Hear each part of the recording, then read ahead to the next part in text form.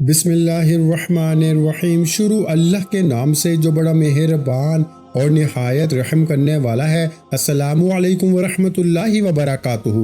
محترم ناظرین کرام، آج ذی الحجہ کی 20 تاریخ اور منگل کے دن سب لوگ قرآن پاک کی وہ واحد سورت پڑھ لیں جسے صرف ایک بار پڑھتے ہی اللہ آپ کے گھر کو دولت سے بھر دیتا ہے۔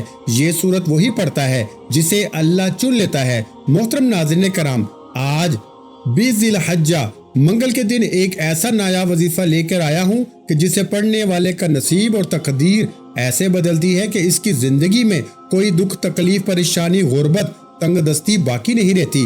اس کے منہ سے نکلی ہر دعا قبول ہوتی ہے اور وہ جو کہتا ہے اللہ کے فضل و کرم سے اس کے نصیب میں لکھ دیا جاتا ہے۔ یہ ایسا مجرب وظیفہ ہے کہ جسے پڑھتے ساتھ ہی تقدیر بدل جاتی ہے، جسے پڑھتے ساتھ ہی ہر حاجت پوری ہو جاتی ہے۔ یہ ایسا وظیفہ ہے کہ جسے پڑھتے ساتھ ہی دولت بھی ملتی ہے، رزق اور مال بھی ملتا ہے۔ اس کی زندگی سے پریشانیاں بھی ختم ہو جاتی ہیں، بیماریاں بھی ختم ہو جاتی ہیں۔ یوں سمجھ لیں کہ بندہ اپنی مرضی کا نصیب اور تقدیر اپنے اللہ سے لکھوا لیتا ہے۔ بس آپ نے اللہ کی ذات پہ پورا یقین اور مکمل بھروسہ کرتے ہوئے یہ چھوٹا سا وظیفہ بتائے گئے طریقے اور ترتیب سے پڑھنا ہے۔ جس کے گھر میں بے سکونی ہے، بے برکتی ہے، جو کہ ختم ہونے کا نام نہیں لیتی، جو شخص در در کی ٹھوکروں سے تنگ آ چکا ہے، جو اپنی زندگی سے ہار چکا ہے، نا امید ہو چکا ہے، جو شخص کہتا ہے کہ میں تو وظائف بھی پڑھتا ہوں، محنت بھی کرتا ہوں، تسبیحات بھی پڑھتا ہوں، لیکن مجھے تو آج تک کامیابی نہیں ملی، تو وہ شخص دنیا جہاں کے تمام کام چھوڑ کے آج ذی الحجہ کی 20 تاریخ منگل کے دن یہ وظیفہ لازمی پڑھ لے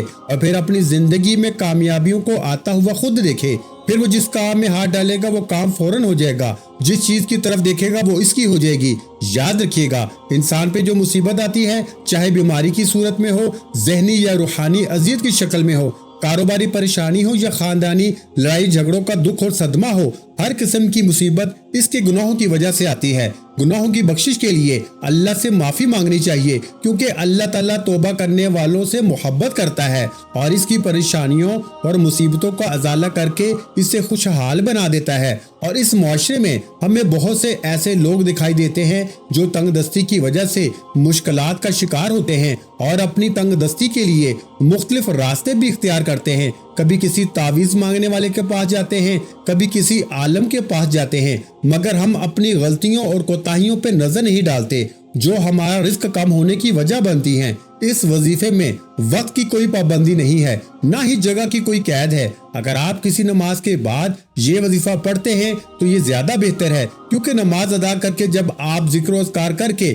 اللہ کی تسبیح بیان کرنے کے بعد اللہ والوں کا بتایا ہوا وظیفہ پڑھ کے اللہ سے کچھ مانگتے ہیں تو اس میں اثر بھی زیادہ ہوتا ہے، اس میں طاقت بھی زیادہ ہوتی ہے۔ تو آپ نے کوشش کرنی ہے کہ آپ کسی بھی نماز کے بعد یہ وظیفہ پڑھ لیں۔ اسی طرح اگر آپ گھر پہ ہیں، گھر پہ پڑھ لیں، دکان پر ہیں، دکان پہ پڑھ لیں، دفتر میں ہیں، دفتر میں پڑھ لیں۔ آپ چلتے پھرتے بھی یہ وظیفہ پڑھ سکتے ہیں، لیکن بہتر یہی ہے کہ آپ سکون سے، اطمینان سے، باوضو حالت میں مصلی پہ بیٹھ کے یہ عمل پڑھیں تاکہ یہ عمل آپ کو مکمل طور پہ فائدہ دے سکے۔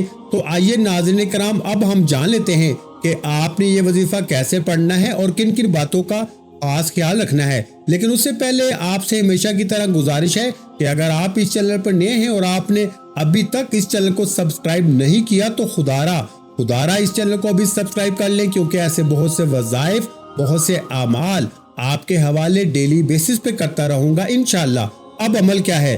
آج ذی الحجہ کی 20 تاریخ منگل کے دن جب آپ یہ وظیفہ پڑھنے کا ارادہ کریں تو سب سے پہلے باوضو ہو کے آپ نے مصلی پہ بیٹھ جانا ہے اور پھر نبی کریم صلی اللہ علیہ وآلہ وسلم کی ذات مبارکہ پر 3 بار درود پاک پڑھنا ہے۔ درود پاک آپ کوئی سا بھی پڑھ سکتے ہیں، آپ چاہیں تو آسان و مختصر سا درود صلی اللہ علیہ وآلہ وسلم پڑھ لیں، یا پھر آپ صلی اللہ علی محمد پڑھ لیں، یا پھر پیارے بھائیوں، پیاری بہنوں، آپ درود ابراہیمی پڑھ لیں، یعنی نماز والا درود پڑھ لیں۔ اور چونکہ درود ابراہیمی کی فضیلت و برکت سب سے زیادہ ہے اور روایات میں آتا ہے کہ ہمارے پیارے آقا صلی اللہ علیہ وآلہ وسلم بھی تمام درودوں میں درود ابراہیمی کو ہی سب سے زیادہ محبوب رکھتے تھے، سب سے زیادہ پسند کرتے تھے۔ تو آپ نے کوشش کرنی ہے کہ درود ابراہیمی ہی پڑھیں۔ ایک بار ثواب کی نیت سے درود ابراہیمی میرے ساتھ بھی پڑھیے گا۔ اللہم صلی علی محمد وعلی آل محمد کما صلیت علی ابراہیم وعلی آل ابراہیم انک حمید مجید۔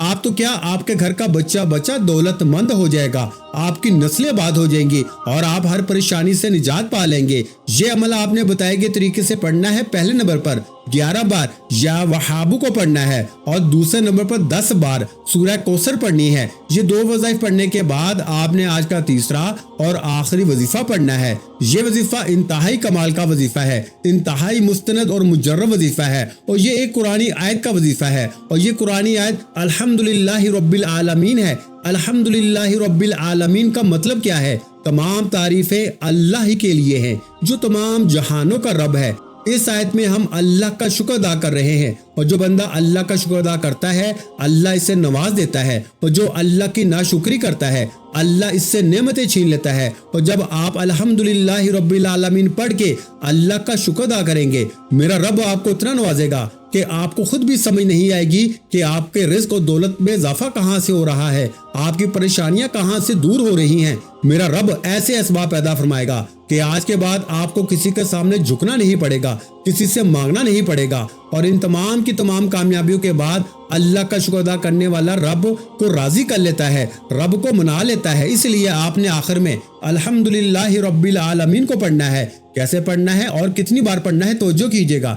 الحمدللہ رب العالمین ایک بار ہو گیا، الحمدللہ رب العالمین 2 بار ہو گیا، الحمدللہ رب العالمین 3 بار ہو گیا۔ اس طرح سے آپ ہاتھوں کی انگلیوں پہ پڑھ لیں یا آپ تسبیح کے دانوں پہ پڑھ لیں، آپ نے صرف 11 بار پڑھنا ہے۔ اللہ والے فرماتے ہیں کہ اگر تو شکر کرتا ہے تو رب تیرے رزق میں تیری دولت میں اضافہ کرتا ہے، اور اگر تو چاہتا ہے کہ تیرے رزق میں کمی ہو جائے تو ناشکری کر، تو راتوں رات غربت کا شکار ہو جائے گا۔ اس لیے اگر آپ اپنے مال و جان میں برکتیں، وسعتیں، سلامتی چاہتے ہیں تو زیادہ سے زیادہ رب کا شکر ادا کیا کریں۔